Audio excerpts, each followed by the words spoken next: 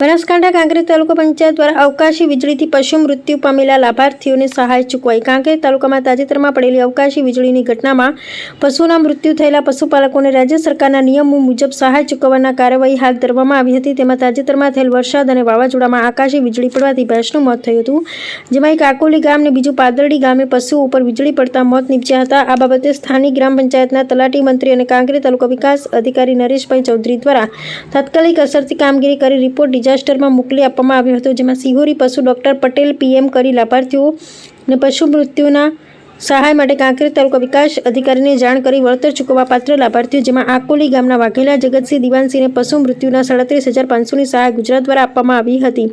ત્યારે તેમણે કાંકરેજ તાલુકા વિકાસ અધિકારી નરેશભાઈ ચૌધરી અને કાંકરેજ તાલુકા અધિકારી પંચાયત પ્રમુખ વિલસી પરમાર દ્વારા ચેક અર્પણ કરાયા, જેમાં પાદરડીના રામસુંગભાઈ માલાભાઈ પટેલને પણ 37,500 રૂપિયાનો ચેક કાંકરેજ તાલુકા પંચાયત પ્રમુખ વિલસી પરમાર અને તેમની ટીમ દ્વારા એનાયત કરવામાં આવ્યો હતો। ત્યારે કાંકરેજ તાલુકા વિકાસ અધિકારી નરેશભાઈ ચૌધરી દ્વારા તાત્કાલિક અસરથી પશુ મૃત્યુની સહાય ઝડપી ચૂકવવા બદલ લાભાર્થીઓ દ્વારા આભાર વ્યક્ત કર્યો હતો। ત્યારે તાલુકા વિકાસ અધિકારી નરેશભાઈ ચૌધરીએ કહ્યું હતું કે કુદરતી આફતથી નુકસાન પામેલા પશુપાલકોને સમયસર સહાય ચૂકવવામાં આવી છે। અહેવાલ રામજીભાઈ